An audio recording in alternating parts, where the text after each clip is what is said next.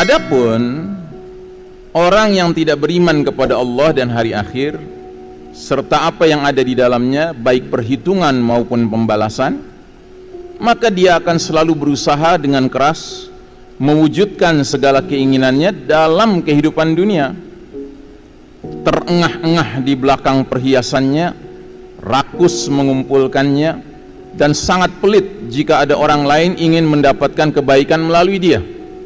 Ya, kenapa? Ya karena dia nggak punya bayangan perlu mempertanggungjawabkan apa yang dia kerjakan. Ya.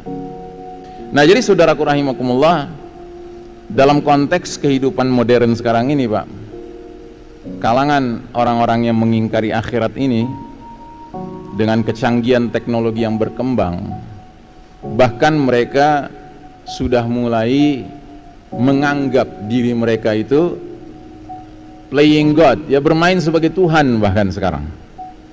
Makanya di waktu yang ke depan ini kita akan lebih sering mendengar sebagai efek dari semakin canggihnya teknologi, 5G muncul, artificial intelligence muncul, ya kan? Apa yang muncul nanti berikutnya? Yang muncul berikutnya adalah munculnya gagasan produk-produk transhuman. Pernah dengar istilah itu? Ya, transhuman itu adalah sebuah upaya menjadikan manusia itu melewati levelnya sebagai manusia, gitu.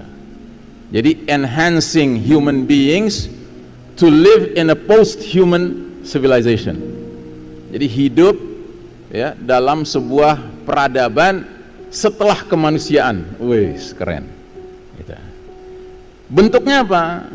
Bentuknya adalah lahirnya manusia-manusia yang terpadu dalam dirinya antara manusianya dan teknologinya. Gitu. Jadi dipasang chip. Chip itu bertahap-tahap, bertingkat-tingkat. Anda lihat sendirilah di internet. Anda tulis transhuman, nanti akan ada pilihan-pilihan video. Akan ada video fiksi sifatnya, tetapi mereka ini sekali, yakin sekali fiksi ini suatu ketika akan menjadi kenyataan.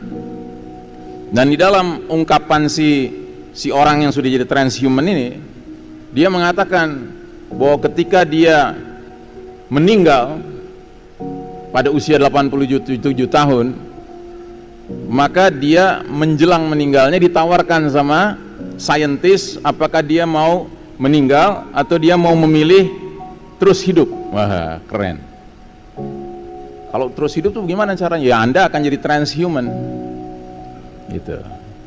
Jadi Anda punya kehidupan berikutnya itu berada dalam digital realm, dalam alam digital. Nah, itu dipasangkan Pak chip. Chip yang pertama itu fungsinya untuk sekedar dia bisa memerintahkan lampu nyala, ya kan, dia memerintahkan lampu mati, dia bisa memerintahkan mobil menuju ke jalan ini, gitu kan. Dia naik mobil dengan apa namanya? driverless car, ya kan, mobil tanpa driver. Nanti chip yang berikutnya dia sudah mulai punya kemampuan untuk apa namanya? Browsing di internet tanpa menggunakan alat, tanpa menggunakan device, ya, gadget. Dirinya sendiri sudah jadi gadget, begitu. Ya. Terus nanti chip yang berikutnya, tahapan berikutnya lagi, Pak, terus begitu, ya. Jadi luar biasa, Pak, manusia modern sekarang ini memang merasa diri mereka tuh sedemikian rupa, ya, hebatnya, sehingga mereka dengan teknologi merasa bisa playing God, ya, bermain sebagai Tuhan. Ya, pada batas-batas tertentu sekarang saja sudah terjadi, Pak. Masa terus berlalu dan datanglah suatu keanehan, maka pengingkaran terjadi semakin besar. Kita dapat menyaksikan pengingkaran yang menyeluruh terhadap sesuatu yang ada di belakang materi yang dirasakan panca indera, sebagaimana dinyatakan oleh kaum komunis, Marxis, ateis yang mengingkari adanya pencipta, tidak beriman kepada Allah, dan tidak mengimani adanya hari akhir, ya.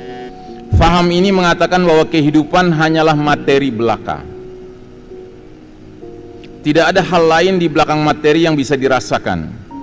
Karena pemimpin mereka Marxis berpendapat tidak adanya Tuhan dan kehidupan hanya sebatas materi. Karenanya keberadaan mereka bagaikan hewan tidak bisa memahami makna kehidupan dan tujuan mereka diciptakan, bahkan mereka tersesat lagi binasa. Jika mereka bersatu pun, maka sebenarnya mereka berada di bawah bayangan rasa takut dari kekuasaan hukum bikinan manusianya sendiri. Nah, jadi saudaraku rahimakumullah, Anda bisa bayangkan ya, manusia yang tidak beriman pada hari akhir itu kayak apa, Pak? Tingkat kebejatannya ya, itu satu orang manusia, Pak. Nah, sekarang di era penuh fitnah di akhir zaman ini, kita justru sedang menjalani satu kehidupan di mana peradaban dunia ini di bawah kendali mereka yang rame-rame nggak beriman pada hari akhir, Pak. Makanya kalau Anda merasa sekarang ini kok kacau begini dunia ya, karena yang mimpin dunia tidak berpegang kepada apa yang mesti dipegang. Makanya bahasanya Nabi, juhri dabbin, masuk ke lubang biawak. Kata Nabi lengkapnya, la tattabi'unna sunanal ladzina min qablikum shibran bi shibrin wa dhira'an bi dhira'in hatta law dakhalu fi juhri dabbin lattaba'tumuhum. Sungguh kalian umat Islam kelak nanti di akhir zaman akan mengikuti tata cara hidup, kebiasaan, jalan hidup umat-umat sebelum kalian, sejengkal demi sejengkal, sehasta demi sehasta, sehingga sekiranya mereka yang kalian ikuti sudah jelas-jelas masuk lubang biawak, kalian terus saja ikut sama mereka. Terus sahabat nanya, ya Rasulullah, al-Yahuda wan Nasara, ya Rasulullah, apakah yang kau maksud kaum Yahudi Nasrani? Kata Nabi, faman, siapa lagi kalau bukan mereka? Nah, ini yang mimpin kita sekarang, Pak. Dunia ini dipimpin sama mereka. Makanya saya di berbagai kesempatan selalu mengingatkan diri saya dan kita semua, janganlah menjadi bagian dari yang sudah ngelihat mereka masuk lubang biawak, kita ngekor aja terus, ngikut aja terus gitu. Apalagi pada titik di mana kita sekarang sudah menyaksikan sekian banyak simpul-simpul Islam lepas. Tinggal satu lagi simpul yang belum lepas, dan kelihatannya pelan-pelan lagi lepas juga ini. Karena bunyi hadisnya kan jelas, kata Nabi, tali ikatan Islam akan lepas satu simpul demi satu simpul.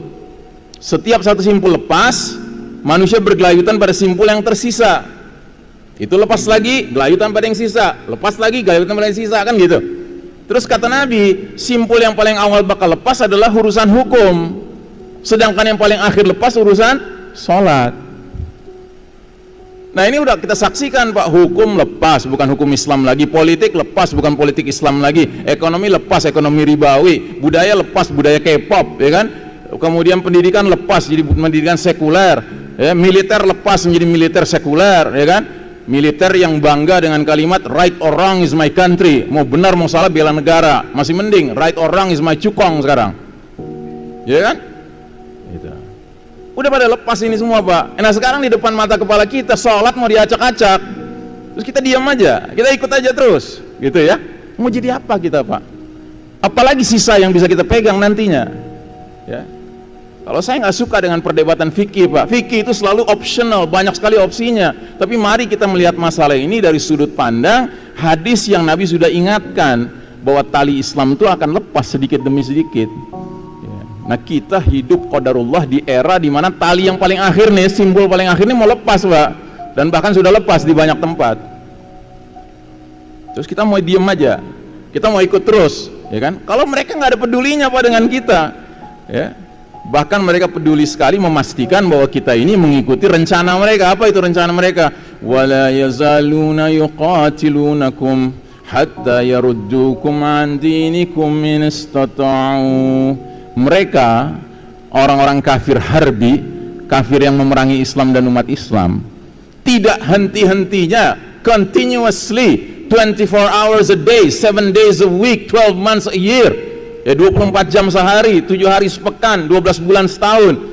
Mereka tidak henti-hentinya memerangi kalian sampai kalian murtad dari agama kalian, seandainya mereka sanggup. Itu udah cita-cita mereka, Pak. Terus mereka lagi mimpin dunia, terus kita ya inggih aja terus gitu, Pak. Come on, wake up my brothers, ya.